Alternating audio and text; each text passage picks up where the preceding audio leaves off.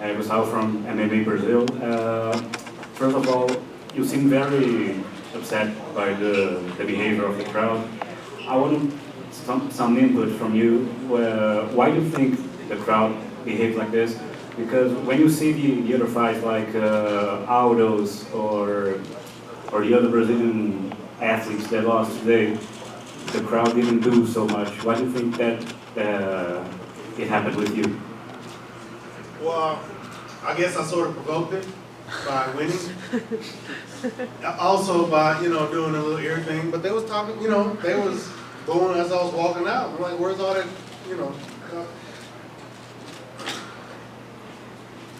I didn't let it get to me. I just responded, sort of like poking the bear. But no animosity towards anybody, you know what I'm saying? I think the crowd booed me a lot more because I sort of provoked it a little bit with the ear thing, and also the level of immaturity sort of let it go and rise, and But I expected as much. I didn't, it wasn't my intent to, what's the word? Aggravate even more, continue to antagonize or anything like that. And going through my posts on my phone, some of the Brazilians are coming in and commenting saying that is nothing against me, that they're just passionate, and I understand that, especially about their heroes. So I'm not going to say I'm sorry for what I did, but I can say that I understand from that perspective that they're very passionate about their guys, and it was a pretty devastating loss for Anderson, and I guess they felt it too. And do you think in the future maybe this win could be rewarded for Anderson's injury and not by your performance, by the public's eye? No. A lot of people come in here with injuries. The Thursday before I came here, I displaced my rib, and I got kicked in the body twice by Anderson, 3 times by Anderson. So I didn't know his leg was injured. I'm just doing my job. And, if he has an injured leg, he shouldn't be fighting. But you know what I'm saying? That's Anderson Silva. He can get in there and continue and do what he's done. And just not against me tonight. I was ready for whatever he had to bring. And he caught me a few times, and I made a few mistakes in there. Something to learn from, something for me to learn from. But no, I'm not going to say his leg was injured, that's why I won. No, I kicked him in the leg, that's why I won. He was walking on it just fine. He walked all the way from the back into the octagon. It wasn't the first time I kicked him. And what kind of injury was it? Did he just have a boo-boo on his leg? Was it a bruise, you know what I'm saying? Or was something torn, or what? I don't know. Nobody knows. So, it is what it is. I went in there and I did my job. Hi. If you could just talk a little bit more about the rib, what happened? It was Thursday. It was the Thursday before fight week. It was my last hard day of practice, and it was grappling class, and I was in an arm bar. I was getting ready to defend, and as I turned my hips first. And that's what caused the rib to separate. So it was a costa cartilage, where the bone and the cartilage connect, that got displaced. Was there ever concern that you might not be able to? Well, hell yeah.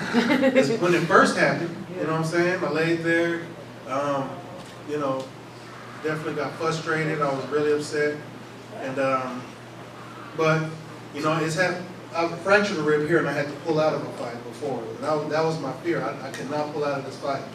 So whether it's fractured or displaced or whatever, my intent was to get in here and fight. And luckily, it wasn't as bad as I initially thought it was.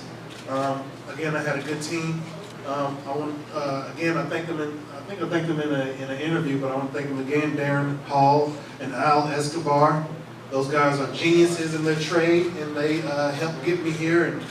And also, I want to thank the people at PI, Heather. She also continued to work on me while I was here. So thank those 3 individuals. And then you got here, you lost your luggage. It seems like it was kind of a rough lead up here. One bad thing after the other. And I've been saying that since the beginning. You know, I couldn't talk about the rib before the fight, but now I can. I had an injured rib Thursday. You know, I get on the flight, get here. My dog is pooped all over my house. My daughter is sick. I don't have my luggage. And something else happened too. I can't remember. Something else happened. But like I said before, you know, that's the universe creating an imbalance just to balance it out in the end, and it balanced it out in a big way.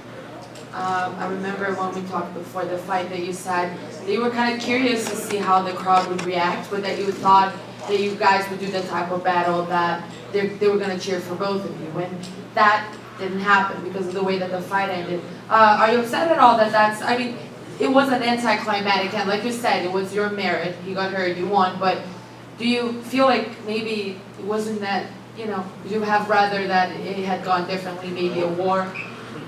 Well, I would rather have him fall asleep from the first time I hit him. That's what I like. Flawless victory, plus a fatality, no injuries, no damage whatsoever. He kicked me, he caught me with that switch kick. He kind of caught me off guard, it was nice, you know. He hit me with a jab, he kicked me in the body 3 times. You know, I want to get in there and get out unscathed, knock everybody out the first 10 seconds, give me my money so I can go home. It's a pretty big win, but it's just interesting when you look at an opponent like Anderson because he's a huge name and a guy who like always thinks of himself kind of close to the title, and he's got a point that he has the type of name to drive that, but hasn't really been winning fights. So looking at it now and looking at this win, you talked about raising eyebrows. I think you did that, but do you think about, like, do you know where this is going to put you in the division? No, I don't really concern myself with where I go from here. All I know is that I'm going up. As long as I keep winning, it's all about the very next win.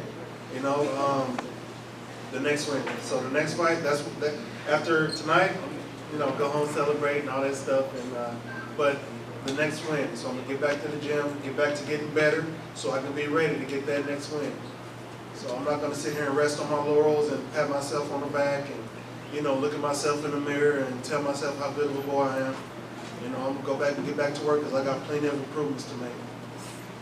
When you envision the fights and you imagine yourself winning, does this fight, the way you feel now, does it feel as good as you thought you would feel to beat Anderson?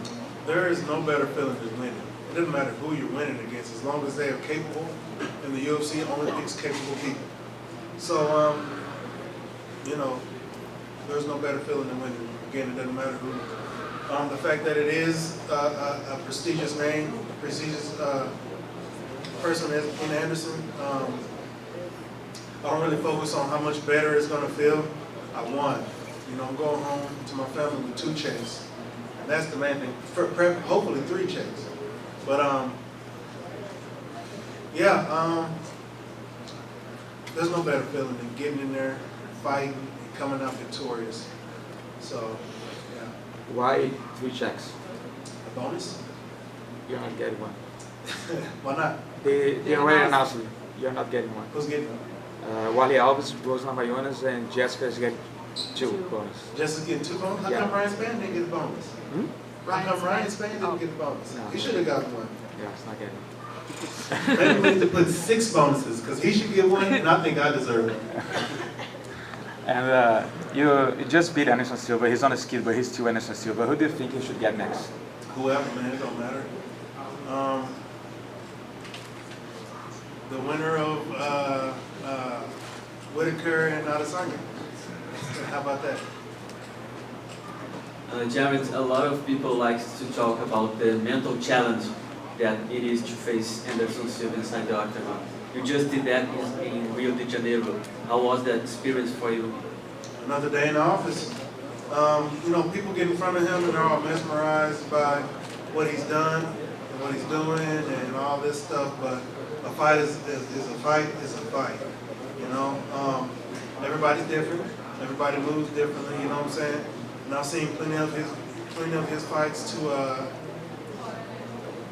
I wouldn't say to know what to expect from him because you can't expect. You can only prepare the best you can. So a fight can go anyway. You know, it rarely goes as scripted. or as you plan. So, you know, I just stuck to the game plan. From my perspective, I have no fear of anybody. You know, when I step in there, I'm going to run my game plan the way that I fight. You know, so I'm going to do what I do. It's my goal to get in there and finish my opponent. You know, and it doesn't matter who it is. I'm going to go in there, I'm going to punch you,